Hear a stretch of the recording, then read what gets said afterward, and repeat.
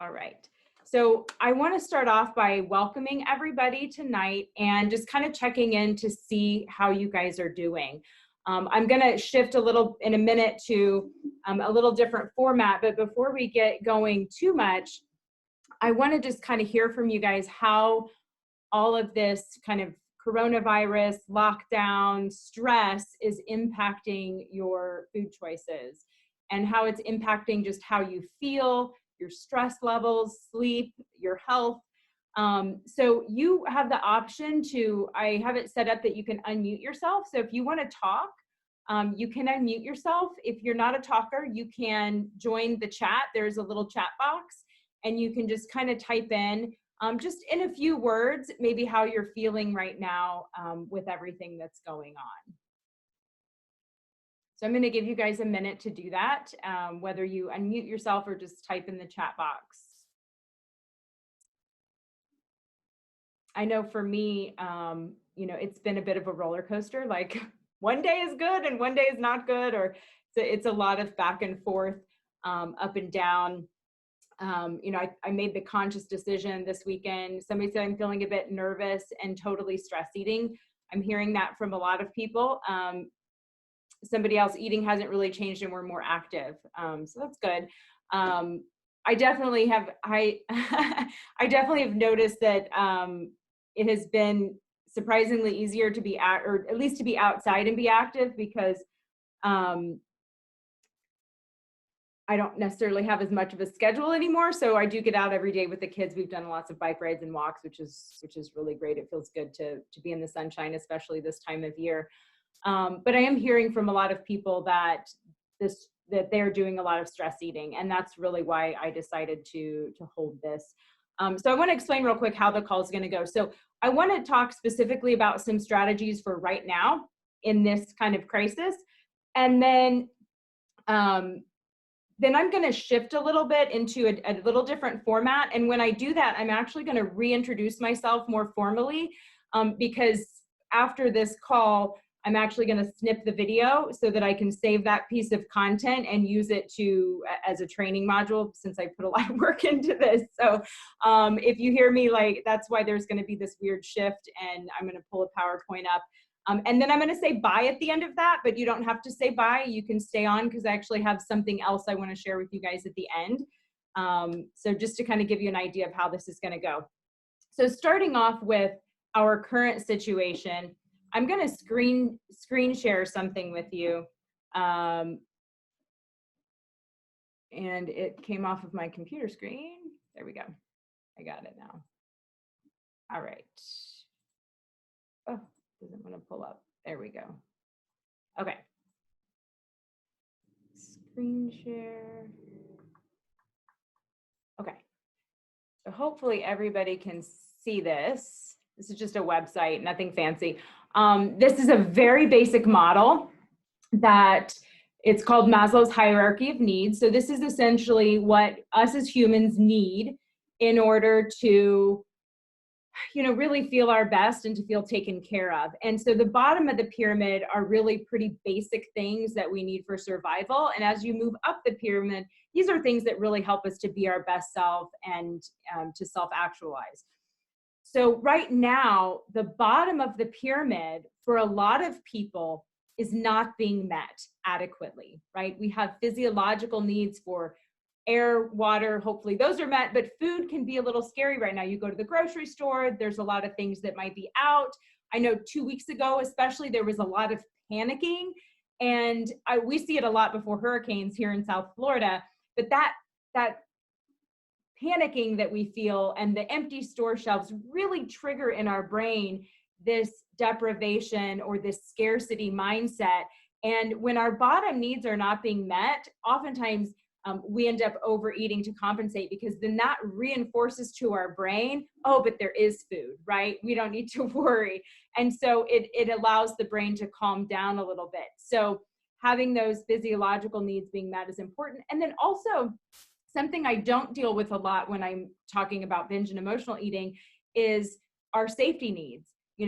personal security, employment. Most of the time, if people are my private client, they probably have a job if they're paying me. So that's not a top issue I'm used to working with. But right now, a lot of people are feeling very insecure. They've lost income, or they're concerned about losing their job. They're worried about their health, how all of this is going to impact them in the long term. And so I wanted to share some strategies with you on and then of course the love and belonging too. I forgot that one. We're disconnected from people. We're social distancing. We can't interact with humans the way that we're used to interacting, right, with other people. It's just like that study from a long time ago where the babies in the orphanages that were not held actually had failure to thrive because of how important human touch is. And so we're really disconnected from that right now. So sorry, I'm just looking at my notes for a minute. So in terms of meeting our physiological needs, some strategies to share with you. One is to, don't be afraid to stock up. Sometimes we think when we're worried about overeating, we're afraid to have too much food in the house. But I'm telling people, don't be afraid to stock up.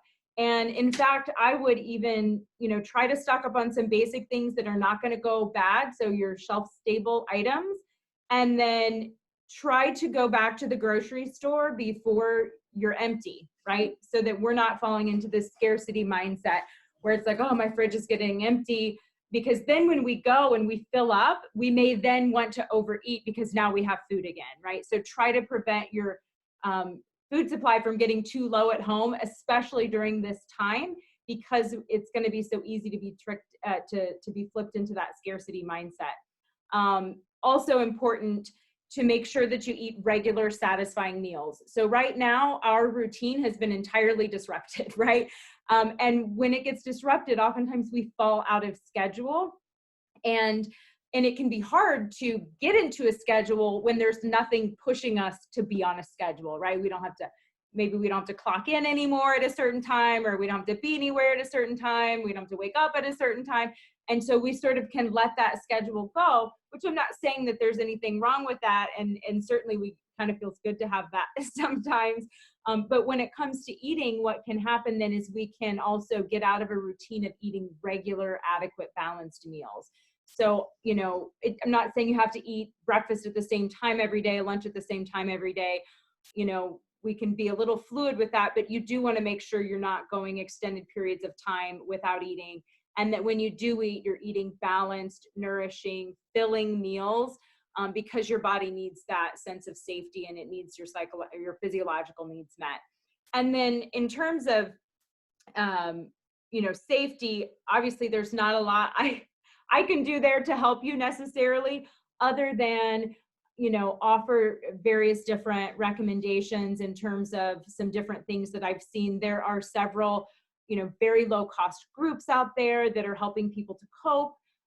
I've seen some that are free, some that are $5 a session, because right now the mental health profession is really trying to give without receiving much, which is very selfless of them.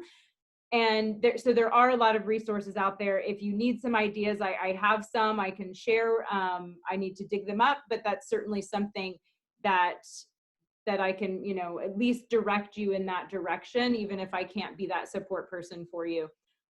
Taking care of your sleep if you can. And then in terms of that love and belonging, I mean, now more than ever, we need to be scheduling Zoom calls with people, doing some live, video chats with friends, with family members.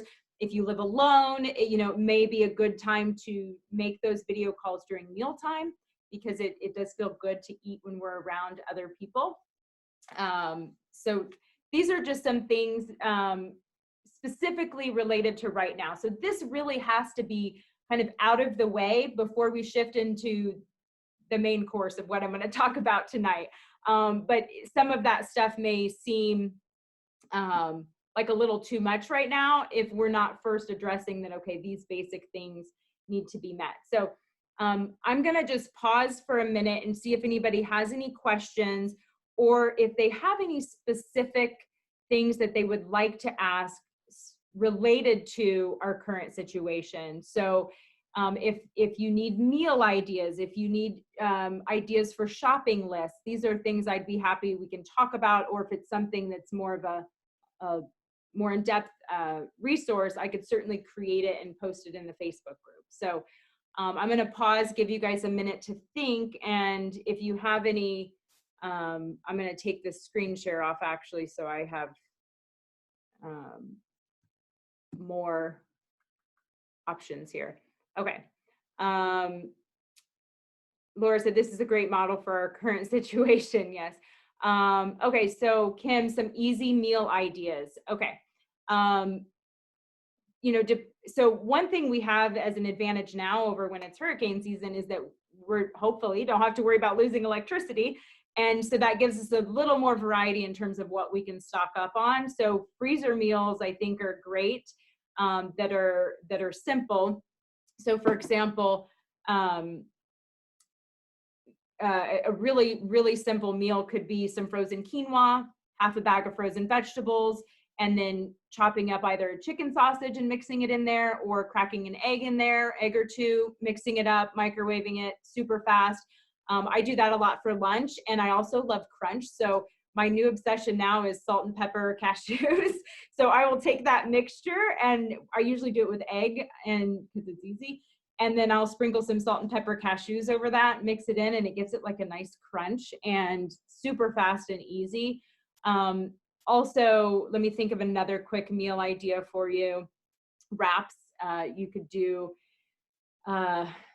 like a homemade chicken salad, homemade egg salad, turkey, whatever you want to throw on there, some spinach, you know, try to get a higher fiber, healthier wrap, and you know that could be pretty satisfying. I know for me, if I eat just a wrap, if I don't put enough in it, I may still be hungry. So going back to this, having satisfying meals, you may want to add something else to that, like a yogurt or some fruit, or avocado and cheese, so that you're getting a little extra fat.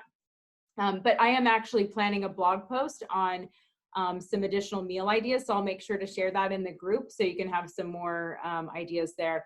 Also, skillet meals, I'll share a link to that in the group after this. I have a post already on skillet meals that are super easy to just put everything together in one skillet. Okay, so I'm so sorry. I do not want to butcher your name, so I'm not going to try. But you posted tips on how to stay strictly on gluten-free diet or other restrictive diets during this time, since it's harder to go to the store and a lot is not available. Yes, that is true.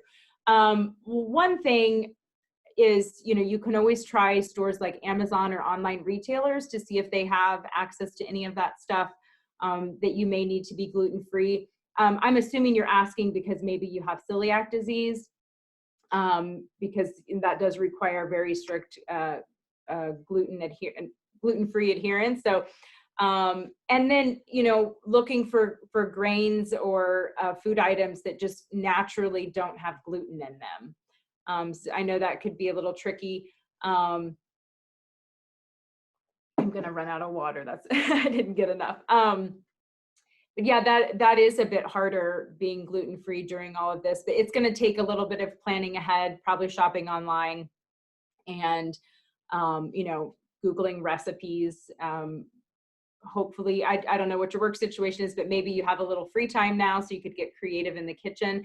I have talked to a lot of people who've spent this time actually cooking more because they have a little more time to experiment and things like that. So those are great questions.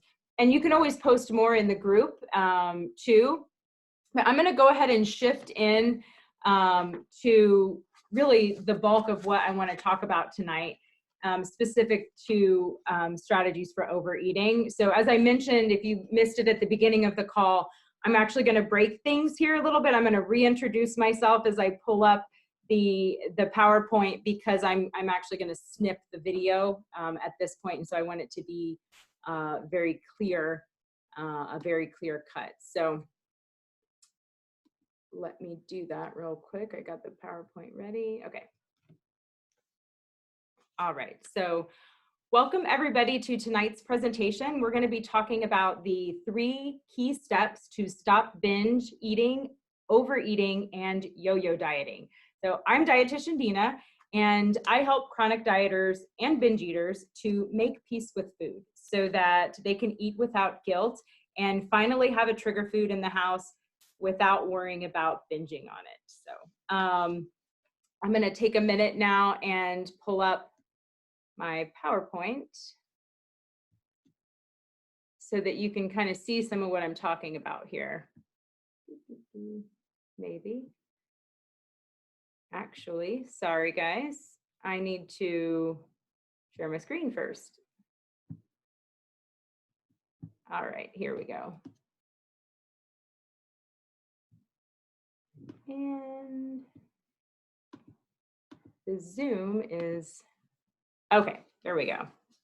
Yay. All right, so the main goal that I want everybody to walk away with today is a clear understanding of why you may feel stuck with the need to diet, but end up doing the opposite, right? So I hear this all the time from people. I call it the All Start Monday mentality. We wake up Monday, it's like, today's the day that I'm going to start over, I'm going to eat healthy, I'm going to do what I need to do in order to lose weight or to be healthy or to feel better, whatever their motivation is. And they may do good for a day or two, but then it's like, as soon as they make a mistake, they start to throw in the towel, and it's like, whatever, I'll just start tomorrow. And then they try to restart tomorrow. Maybe they make another misstep and it becomes I'll start tomorrow. And then by Thursday or Friday, oftentimes they find themselves saying, I'll just start Monday, right? So I call it the All Start Monday mentality. So we're going to talk about what gets us stuck in that All Start Monday mentality. And then I'm going to go through, it's actually 4 key steps. Sorry, I updated it since then. We're going to talk about 4 key steps to stop binge eating, emotional overeating, and yo-yo dieting. And then at the end, I have something really great to share with you also that's a bit of a surprise. So before we go in and talk about these reasons why people get stuck in this All Start Monday mentality, I want to share with you this diet cycle, because I think it's good to understand this as we start talking about what gets us stuck in this. So generally, sorry, I'm going to check the comments here because I saw something. No, it won't let me. Okay. So generally, people start with the notion that I want to lose weight, right? Whether it be a few pounds or a lot of pounds, whatever, that's generally where it starts. I want to lose weight. So then they go on a diet or they try to eat healthy, right? That's usually what happens. But eventually their body, they start to feel an increase in cravings and less control over their food choices. And this happens because of both physiological and psychological effects of dieting. And this is why eventually people gain the weight back, oftentimes more than they lost. And then it puts them back in this position of, I want to lose weight. And so it's like this cycle that seems to never end. And once you're stuck in it, it can be hard to get out, because each time you go through the cycle, it actually takes a little bit more effort than the last time you were in the cycle to lose weight or, accomplish that goal. So oftentimes the loss of control and the cravings that you have with each crank get stronger and stronger. So each piece of this gets harder and harder to manage. And then the weight you regain oftentimes comes back even more each time. So for example, somebody may start off wanting to lose 10 pounds, they lose 10 pounds, and then little by little they gain back, 11 or 12, right? And then they take off the 12 pounds and little by little they gain back 15, and then they lose the 15 and little by little they gain back 20, right? And then, that 20 can turn into 30, and it becomes this cycle where they're just trying to, their body is just gaining back a little bit more each time. And each time they crank through it, they usually have to use more strict measures in order to be successful. So it may have started off with just a little bit of restriction, right? I'm going to eat healthy. I'm going to cut back portions a little bit. But after you've cranked through this cycle enough times, oftentimes you end up having to do more and more strict measures, cut out entire food groups, eat very little. And so it gets harder and harder then to manage that long term. So then when you have that backlash of your body having the increased cravings and less control over your food choices, it's even stronger. And that's oftentimes when the binge eating starts, because it becomes very uncontrollable. And this is just your body trying to survive. I'm not going to go into too much of that now because I'm going to explain more about it here in a little bit. But I just wanted you to get a good understanding of this diet cycle and how that works. Okay, so we're going to talk about the 4 reasons that you are or could be stuck in the diet cycle. Doesn't mean all of these apply to you, but these are the top 4 reasons that people get stuck in the diet cycle. So the number 1 reason is that they are restricting. So that could be limiting specific foods, types of foods, ingredients, or combinations of foods. So, I mean, I've had people who think they can't eat bananas. I've had people who, they cut out all carbs or whatever. This is all restriction, right? I don't think anybody can argue with that. Limiting the quantities of food. So whether you're counting points or measuring your food or counting calories, these are all forms of restriction. Or following rules that dictate when you can eat, like, oh, I can't eat past 6, or I'm, only allowed to eat between these hours. These are all forms of restriction. And, these are essentially means that we're trying to implement to lose weight instead of letting our body find its natural spot through healthy choices. So restricting generally leads to overeating eventually, whether it be that day, later that week, or later that year, but it catches up with people, and it catches up with people eventually. So I want to talk a bit about, not yet, I want to talk about why restriction doesn't work. So this is kind of plays into how that diet cycle works. So physiologically, your body is just trying to survive, right? So if you've undereaten, right, your body doesn't know that you did that on purpose. It just thinks there's not enough food around. And so it's going to kick into survival mode, and it's going to actually try, once you tell your body that there's food around again, it's going to try to gain the weight back because it just wants to survive. It doesn't know if the next food shortage is going to be longer or more severe. And so that's kind of why it keeps cranking through the diet cycle like that. We almost always overcompensate too, right? And so to give you an example, I want you to think of a time when you got really, really hungry, right? I mean, this has happened to all of us, myself included. We get super hungry, and then we end up, once we finally get food, we overeat because it's like, oh, we needed that. We're probably eating faster. We're probably choosing food items that are more calorically dense. And so there's more nutrition and less food. So it's easier to overeat. And then we end up feeling like uncomfortable. Why did I eat so much, right? So this is an example of how our body overcompensates when we restrict. So that's it. That's a very short-term example, but imagine this stretched out over the course of a diet. So let's say you've restricted now for 4, 5, 6 weeks, or for 6 months, or however long that is. So now the backlash on that is your body is going to be increasing its appetite, craving more calorically dense foods. It's just on a longer term basis, just like it does when we undereat, get super hungry, and then overeat almost immediately. So this is really a basis of why it doesn't work. We know that neurologically our brain actually becomes hyper responsive to food and has increased food thoughts when we become restricted of food for any reason, whether it's a diet or for some reason there's less availability of food. All of that causes increased thoughts of food. So I want you to imagine that if I told you that in 1 week, that all of these foods, oh, I can't see. Okay, pizza, fruit, donuts, and popcorn, right?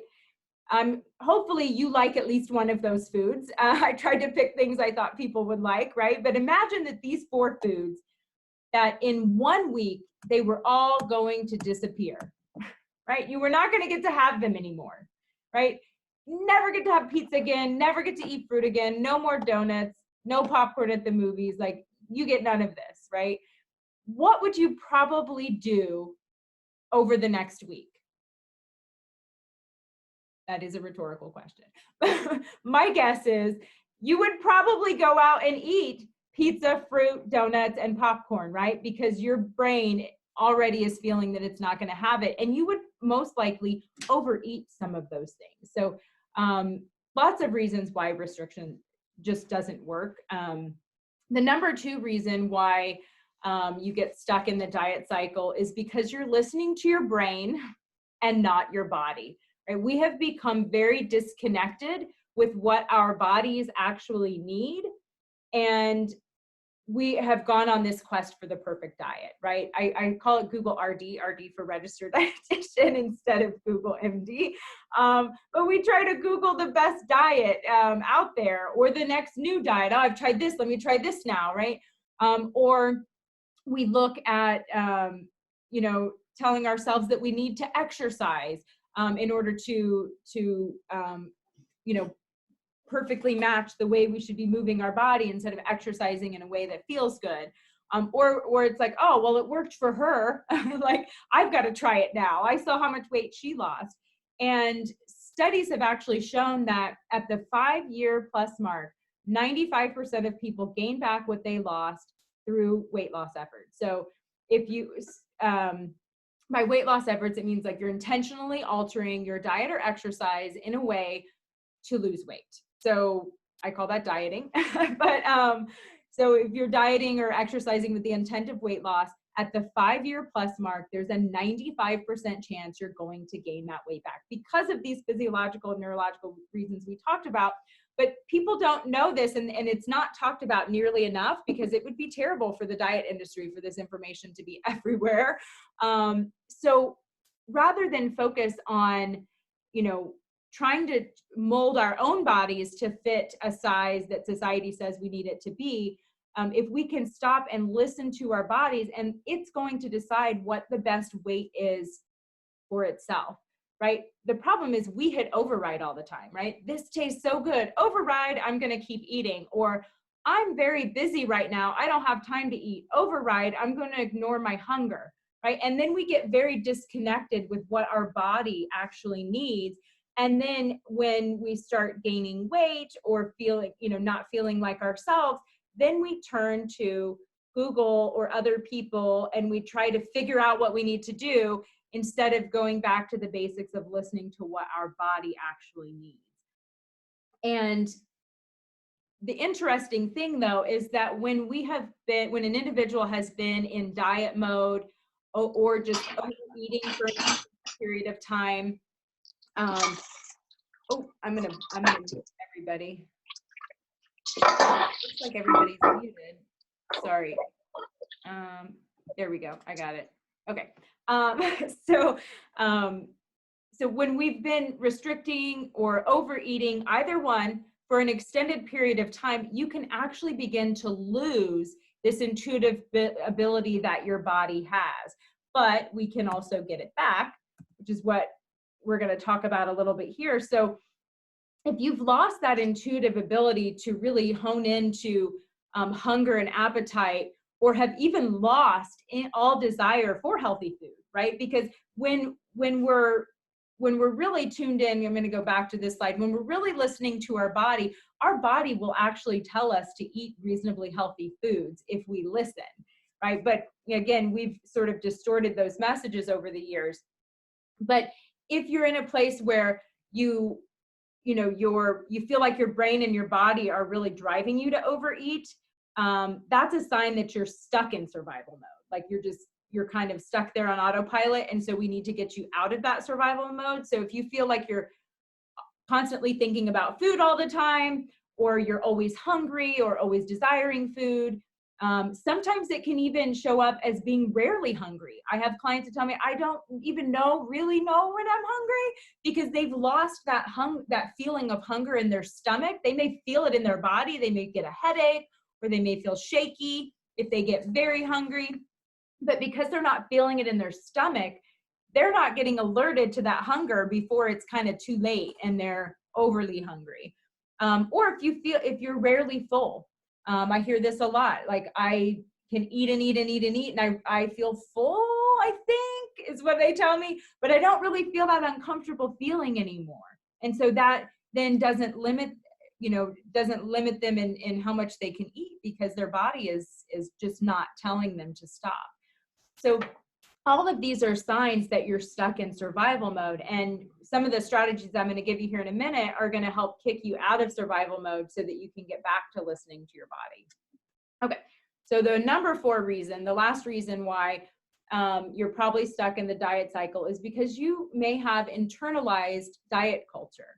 So diet culture is essentially a system of beliefs that worships thinness or fitness or health, any of those things. And somehow it assigns a moral value to our health, that somehow we are better because of our health. And diet culture demonizes food or specific ways of eating. My favorite example of this is clean eating, right? Clean eating is very much promotes this idea of kind of an elitist mentality towards eating, because if you're not eating clean, you must be dirty, right? And that just doesn't feel good at all to think of it that way. And that can essentially, make people feel bad for not eating a certain way, or to feel guilty, or can cause feelings of shame around eating. And guilt and shame are huge triggers for individuals that are suffering with binge or emotional eating. So, diet culture really demonizes food or specific ways of eating, and kind of oppresses those that don't fit in. Somehow, you're not right if you don't choose health, right? And it's really each individual person's right or choice. So some of the places that we hear diet culture really are everywhere, but the obvious places are the media, magazines, social media. Of course, it's everywhere there, but we hear it a lot at home, and parents reiterate it and don't realize that they're reiterating it to their children. I talk to so many individuals who now as adults, they tell me that they were traumatized as a child because they were put on a diet as, at a young age. And that basically told their brain that you need to suffer in order to fit into a size that we think you need to be. And that really doesn't promote a good sense of confidence and a sense of, being okay with yourself, right? It's like you may feel like you're never good enough. Or even parents who maybe they don't ever say it to their children or make them feel bad about their bodies, but they're then talking about their own bodies. Oh, I need to lose weight. Oh, look at the fat on my stomach. Oh, right. Those messages, kids just hear that as, oh, it must be very important to have a perfect body because, mom or dad or grandma or nanny or whoever are always concerned about it. So this must be a very important thing. And so then as they get older and their bodies start to change, they now have this internalized message of, I must alter my food to make my body fit a certain size or shape. And one of the ways that I see this come out as kind of hidden diet culture, I hear this from a lot of people. I want to be thin for me, Dina, not because I care what anybody else thinks. This has nothing to do with diet culture, right? I hear that all the time. But that really is when that message has been internalized. So to that, I would usually ask, like, okay, if you were, stranded on a desert island and, there was 5, 6 people, everybody was living in a larger body, and it was like the cool thing to do, like, would you really care? Like, if being in a larger body was glorified, would you still want to be thin, right? Because and a lot of times the answer is no. It's like, well, if being in a larger body is kind of, desirable, then because we feel that external pressure, it's just that we internalize it, and then it becomes our own belief system of the way we think things we should or shouldn't be. That's really where shame develops, but I'm not going to get into that today. Okay, but for the meat and potatoes, I'm obviously a Midwesterner. I want to share with you 4 steps to stop binge eating and yo-yo dieting. I tried to pick the windiest, craziest picture of a roller coaster that I could find, because that is kind of what it feels like when an individual is stuck in this yo-yo dieting, binge eating cycle, because it's like all over the place, right? So step number one, can't reiterate this enough, you have to fuel your body properly. Going back kind of to the beginning, if you're not well fed and well nourished, your body may, be more likely to slip into survival mode. You may have increased thoughts about food, and, that's really not going to help this whole process. So to give you a very generic overview of what I mean by properly fueling yourself, and again, this is something I work with clients when I'm working one-on-one, where we go into a lot more detail of what this may look like for you, because it is very different for person to person what this actually looks like in terms of a plate of food in front of you. But I like to see people eating an adequate, balanced meal on a regular basis, right? Adequate and balanced, meaning you could eat a lot of just pasta, but that's not balanced, right? Or you could have a balanced meal that has, all of your, multiple different food groups, but it may not be adequate. It may not be enough to fill you up. So it has to be adequate and balanced. So for most people, that means eating every 3 to 5 hours, depending on how much you ate, how active you are, lots of variations there. And to have carbs, protein, and fat. So you want to have all your macronutrients. We're not trying to deprive the brain of carbohydrates. I'm not going to go into the science at this moment. It's kind of for when we have a little more time. But just to say that when we are deprived of carbs, it does shift a little bit of the chemistry in our brain, and not in a good way. So it is important to have carbs, protein, and fat, especially if you're somebody that's prone to binge or emotional eating, because that shift in your brain is when I say it's not a good one, meaning it's going to actually make you more carb focused. So a quick acronym that I created, I call PF3, stands for protein, fiber, fat, and fun. I do have an additional training just on that. So anybody's welcome to go to my website and find that as well. It goes through those 4 different components. Pretty much every food is going to fit into one of those categories. Speaking to our next point, I do think all foods have to fit. But the main thing is that when you're eating adequate, balanced meals on a regular basis, this is going to help get you out of survival mode. So as I mentioned before, an individual that's in survival mode may not really be feeling adequate hunger and satiety cues. So it's okay at this point. I'm a huge fan of intuitive eating. So listening to your body, eating when you're hungry, stopping when you're full, all of that is great. But if you're in survival mode and you're not having normal hunger and satiety cues, then that's not going to work. So we have to kind of retrain you a little bit and get you out of survival mode, which is why I want to see people eating every 3 to 5 hours at first, or long-term if that's what they need. But so if you feel like you're in survival mode, that may mean eating when you're not hungry, because we don't really know how your body's regulating things right now. So we got to try to get it back on some kind of schedule so that it can start having those normal cues again. Oh, wrong button. Okay. Number 2 step, the second step to getting off of this up and down cycle with eating is to stop restricting. So not only do we want to make sure we have adequate balanced meals, we want to make sure that all foods, going backwards, sorry. We want to make sure that all foods fit. Yes, you really can eat whatever you want without overeating it.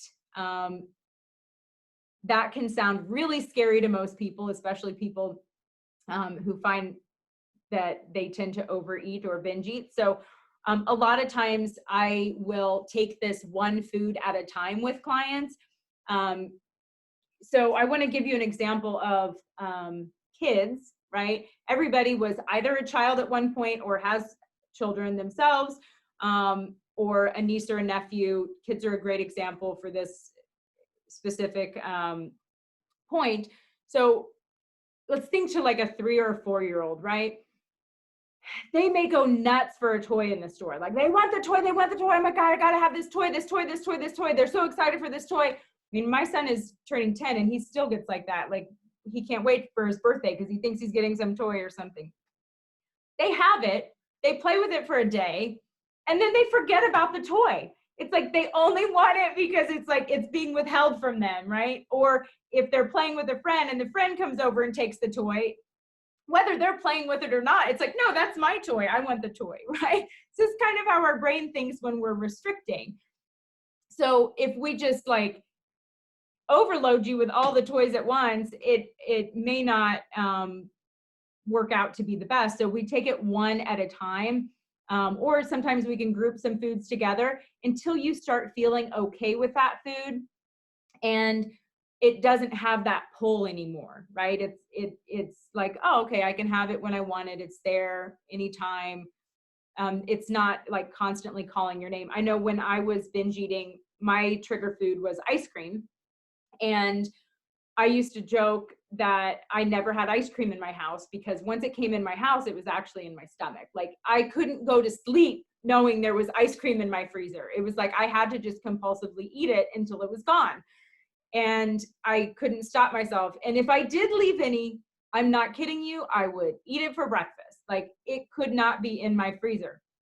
So now I can have ice cream in the house and I can even forget about it for a couple of days if it's in the freezer. I still love ice cream.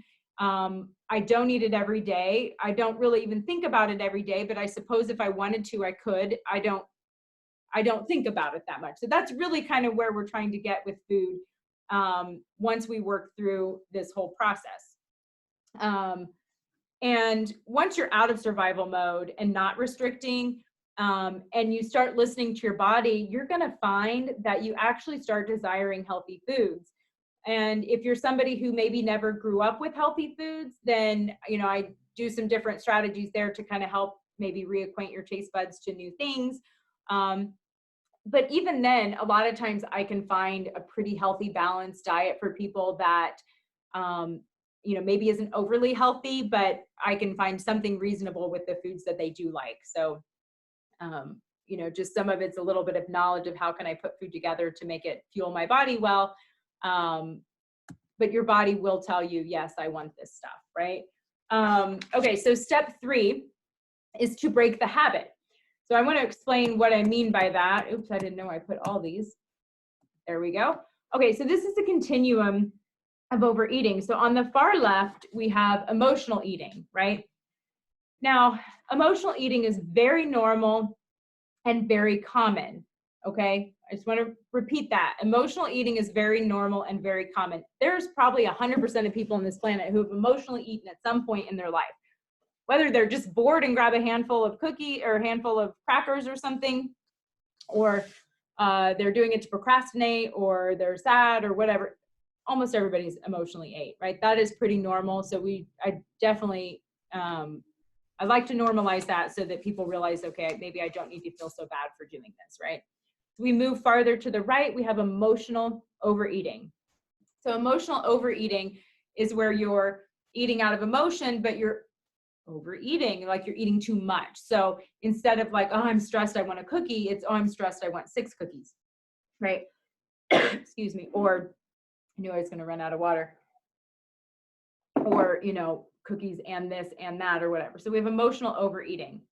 Then you have binge eating. So binge eating is where you're eating an abnormally large amount of food in a relatively short time period. Usually for most people, it's between 30 minutes to 2 hours. Oftentimes you're eating fast. There's a lot of guilt and shame after eating. A lot of people tend to have a lot of negative thoughts, a lot of negative self-talk after binge eating. And then you have binge eating disorder, which is where binge eating becomes so frequent. It's actually a diagnosed disorder.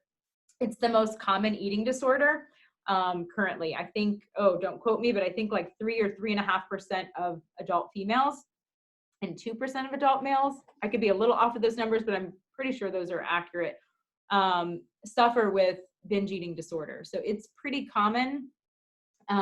So why I wanted to show this continuum is because as you move farther to the right, what happens is because you're repeating the emotional eating more frequently, essentially you're building a neural connection that is causing it to become habit. So now you're doing it without even thinking, right? And so typically as you move farther to the right, you also start utilizing less coping skills other than food.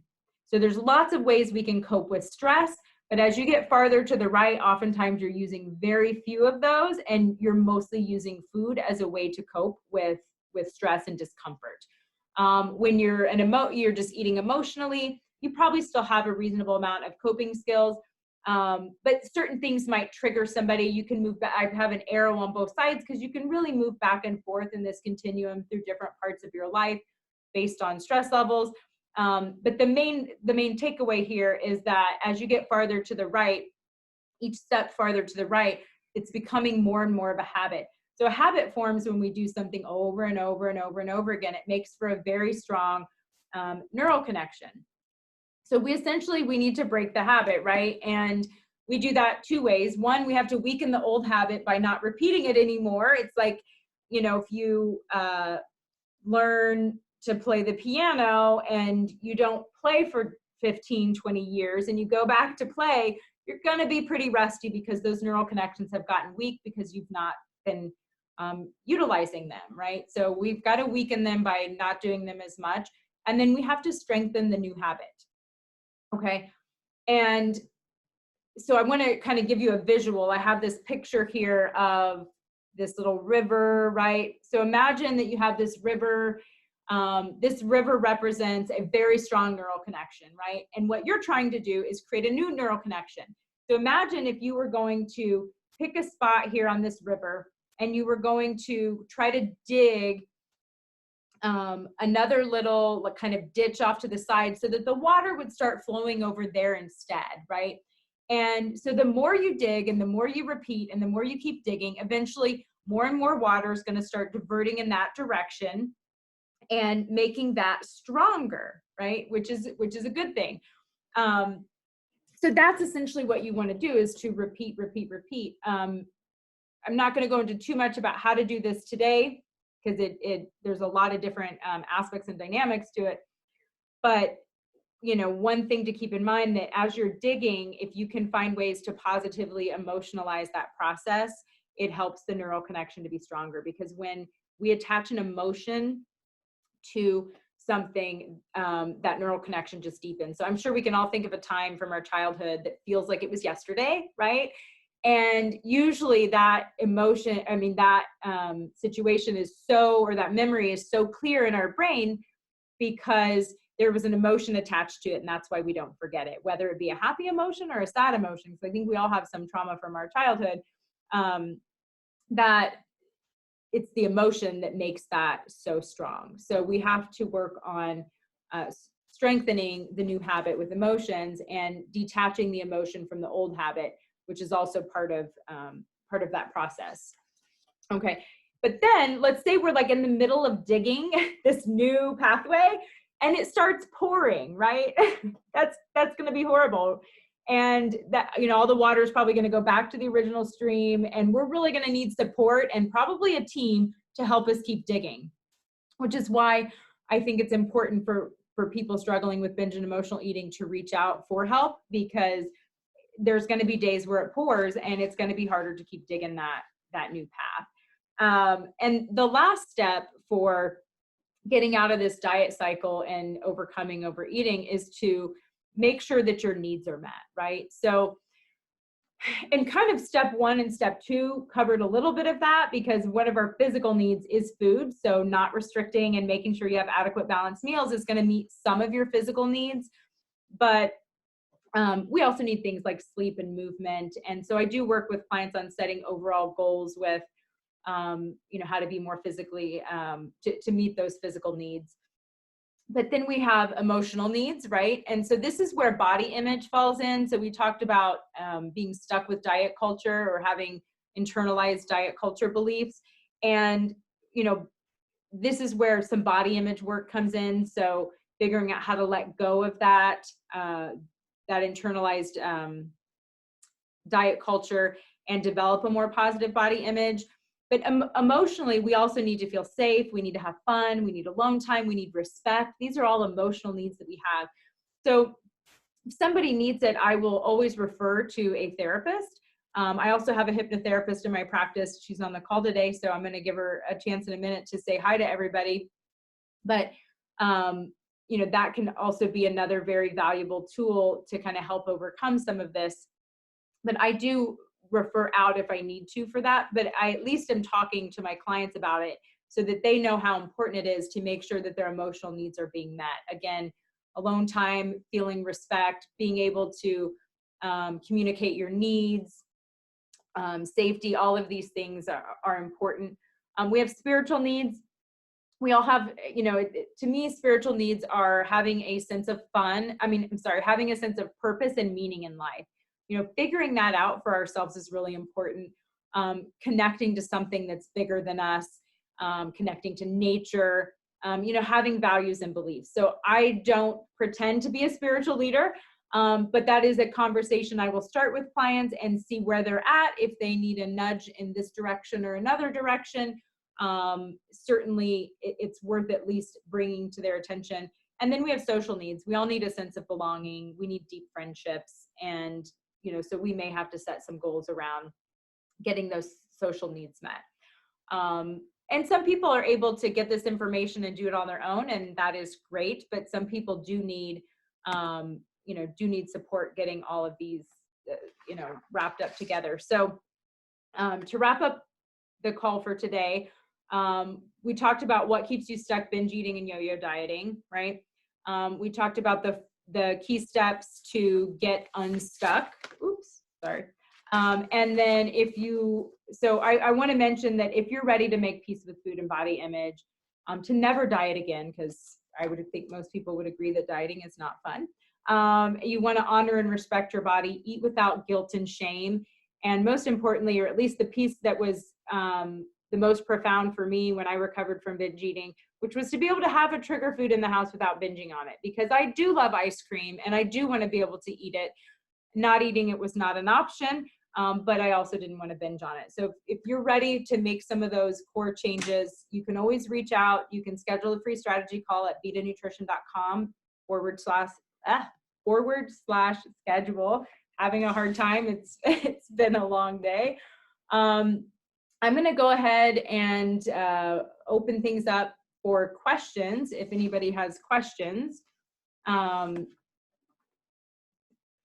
me see if I can pull up the chat somehow.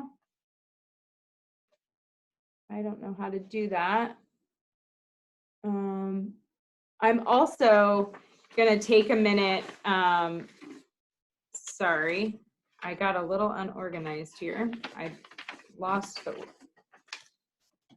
my papers. Okay, I may have to. Your chat is on the bottom. If you touch the bottom.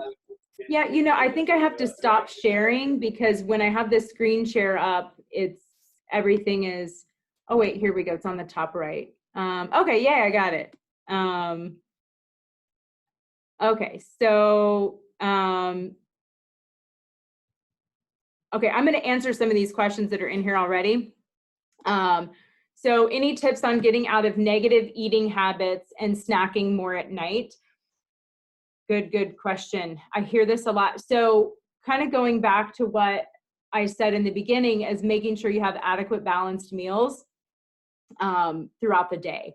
So if you're not eating enough during the day, there's a good chance, even if you don't feel hunger at night, your body may just be nudging you with appetite, because appetite is kind of more, desire-based, where hunger is physical-based. But sometimes the body's sending out appetite even because it recognizes that it's lacking enough food earlier in the day. And then, it can also be, if that truly is not the case and it's kind of a habit to snack at night, then you need to create another habit that's going to replace that. So kind of disrupting your routine and kind of talking through that. So a lot of times I'll have clients visualize what they want their evening to look like and what they can add in there so that they can kind of replace that habit with something else. If it's to a point where it's very compulsive and you feel like it's binge eating, then we've got to go much deeper than that. Somebody else said, that's so me, that I'll start Monday. I hear that a lot. Eating every 3 to 5 hours really helps me. I feel that meal planning helps me be successful. Yeah. I agree with meal planning. I think if you fail to plan, then you can plan to fail. I try to encourage people to not be so detailed and structured and strict with their meal planning. but it's good to have an idea of what you're going to be preparing for the week and what foods you have on hand so that you can eat those regular balanced meals every 3 to 5 hours. That is important. Any ideas for a vegetarian breakfast? Okay, so can you clarify on that? If you're are eggs okay, or are you talking vegan? Those are very different. Obviously with eggs, that's super easy, like eggs and toast and avocado, eggs and toast and butter, wrap with eggs and vegan. Okay. So with vegan, oh gosh, that's a little more challenging. So you could opt for like a sprouted grain bread, which typically has more protein than a traditional whole wheat bread, and then putting something like almond butter on it instead of like butter, like a vegan butter, because the almond butter is going to have a little more protein. Even though the bread is carb and the almond butter is fat, they both have protein, so kind of adding them together should help. And then you could also do avocado toast with nutritional yeast on top. So nutritional yeast does have some protein in it if you consume at least a tablespoon of it. And then maybe some fruit on the side with some nuts. There's also vegan-based yogurts that you could have fruit and nuts with. Plenty of vegan protein bars you could add. I'm not super great with vegan, I'll just be honest with you. I eat sort of everything, so that is not my niche or my forte, but hopefully some of those were helpful for you. You're welcome. All right. Any other questions pop up? So something that I hear a lot, a big question I hear from people is, will I lose weight? And I usually tell them I don't have a crystal ball. And you heard my predictions, or not my predictions, the research on the likelihood of somebody gaining weight back. But I think if you lose weight as a result of improving your habits and doing it for yourself and making a real core shift in how you think and behave around food, I think that's totally different than saying I'm gonna diet or I'm gonna exercise to lose weight. So I know personally myself, when I stopped binge eating, my body naturally released about 15 to 20 pounds without trying. It was just because I wasn't binging anymore. And I've been able to maintain that through 2 pregnancies. I honestly really don't think about it that much, but for me, it's like, okay, I can totally accept where I'm at now. I'm never gonna have a 6-pack or a flat stomach or whatever, but it's so worth it to have that freedom around food and to not think about food all the time. So I'm gonna stop sharing. Okay. So I think that's it for tonight. Thank you so much, everybody, for your time. And hopefully we will be connected soon. Bye. Okay. So as I mentioned, that was like where I'm going to cut the video for later. So I'm going to stay on in case anybody else. I do have a few more minutes that I've set aside if anybody wants to turn on their video and their audio. Elke's here. She's the hypnotherapist that works at my office. So you're welcome to unmute yourself if you want, or I can do it. I don't know if you have control to unmute yourself. Yeah, I unmuted you, but so just casual if anybody has questions. I also wanted to get an idea if anybody thought that they may be interested in some type of a weekly group. It would be a Zoom meeting like this with just a handful of people where we could talk more in depth, where I would essentially do 15 to 20 minutes of coaching with each person, and then you could watch, because sometimes we actually learn better watching someone else be coached, because we can kind of create parallels there to our own scenario, and we don't feel so inside our head when we're making the connection ourselves. And it would be something I'd offer at a very low cost if people are interested. I haven't put a lot of thought into it because I don't know if that's something people want to do, but I know right now with all the coronavirus stuff, people are just kind of in a whole different frame of mind. And there's a lot of financial insecurity right now. So this isn't something I want to necessarily charge a lot of money for, but just like a weekly call. I got a couple yeses. So so if that is something, I'm going to put a link in the chat real quick for anybody that's not in the Facebook group. My brain is not working. I'm putting a link to the Facebook group because I can post about the class in there. So I've got 3 yeses so far. So if I could get together at least 5 people, and we could meet weekly and do laser coaching, I think that would be a great starting point for a lot of people, especially right now, because we can make it a bit more relevant to what's going on now. So I got another yes, so yay. And somebody else that's going to ask a friend. Okay, so I think we'll do this. I didn't put anything formal together because I didn't know if people were interested. Can you hear me, Elke? Yes, I can. Yeah, did you want to say anything? I know I talked a lot and I talked really fast, so. Well, I just think food has always to do with our emotions and our state of mind. So it's great to change behavior, and then we want to, of course, look our needs met. We women, we really have to watch that we don't overextend and don't take care of ourselves on other levels. So Right. yeah. Mm-hmm. Yeah, when I talk to clients about their emotional needs, that's always one of the things I say is like, you may have to learn how to say no and set boundaries, and because you're just going to get too run down if you don't. Right.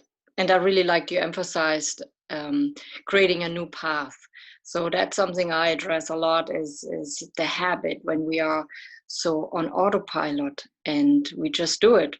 And whatever we do, whether it's unhealthy and we know it better, but then we are nearly being done by our subconscious. It's just so automatic. So to break those habits, we of course want to bring more awareness, and that's where I say slow down, just eat more mindfully, eat slowly and taste it and savor your food, just to be more with appreciation that can change the relationship to food and to yourself.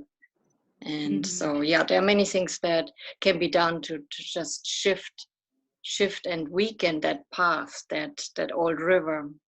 And so there are some things I offer. Maybe next time I can show a little exercise that people can do even before you eat, that you get yourself in a good state of mind or something like that.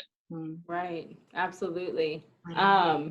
So Elke's been working with me for over a year now, and everybody who's seen her has really enjoyed their time with her. So I've been very happy having her on board, and I see a difference. I just had a client a couple weeks ago who was telling me, like, I didn't realize it for like the first 3 or 4 days, but after I saw her, I wasn't cleaning my plate anymore. Like, that was one of the things she was always saying, like, I have to clean my plate. It's like, it was just ingrained in my head since I was a kid. And she was like, I didn't even realize I was doing it until like 3 or 4 days later. And I was like, I'm not cleaning my plate anymore, because that was one of the things they worked on. So, I've seen firsthand how it can work. It just takes a little bit of repetition through the hypnosis, but, definitely makes a difference. Thank you. Yeah. Okay, well, if nobody else has questions, hi, Alina. We can go ahead and log off. I see lots of other people. Okay.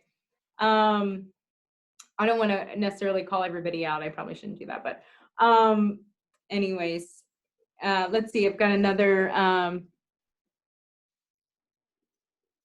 Okay, yeah, yes, I am going to send out a recording. I got a private message that asked if I could send out a recording because somebody had joined late. So yes, I am going to send out a recording of the whole thing. So yes, you will get that either tomorrow or Saturday, depending on if technology wants to be my friend or not, and I can get it done correctly. So yeah. All right. I don't see any more questions coming in, so I can let you guys have your evening. Thank you so much for sharing your time with me. Okay. Oh, you're welcome. I'm glad you enjoyed it. I don't know. Are you guys able to unmute yourself? Oh, Alina, you have a question.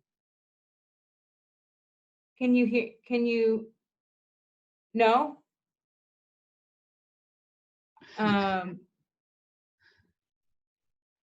Sorry, it looked like your hand was raised, but now you're saying no, I can't hear you. So I'm looking for you in the list, but it looks like you don't have a. She's saying no. Okay. Okay. Well, you guys can unmute yourself though, right? Yes. Okay. I just want to make sure I'm not like telling you to Yes. talk and then I have you muted. So, okay. Well, I'm going to let you guys have your evening. Thank you so much for spending your time with me tonight. I appreciate it. And I posted the link to the Facebook group if you're not in there. And then I will send out details too for, if we do like a weekly group call together. So, sounds good. But it'll be more like coaching. So it won't be like a presentation like we did tonight. So I think it'll be very helpful. Okay. Thank Alrighty. you. Bye. Thank Thank you. Bye, Gina. Bye. Bye. Bye.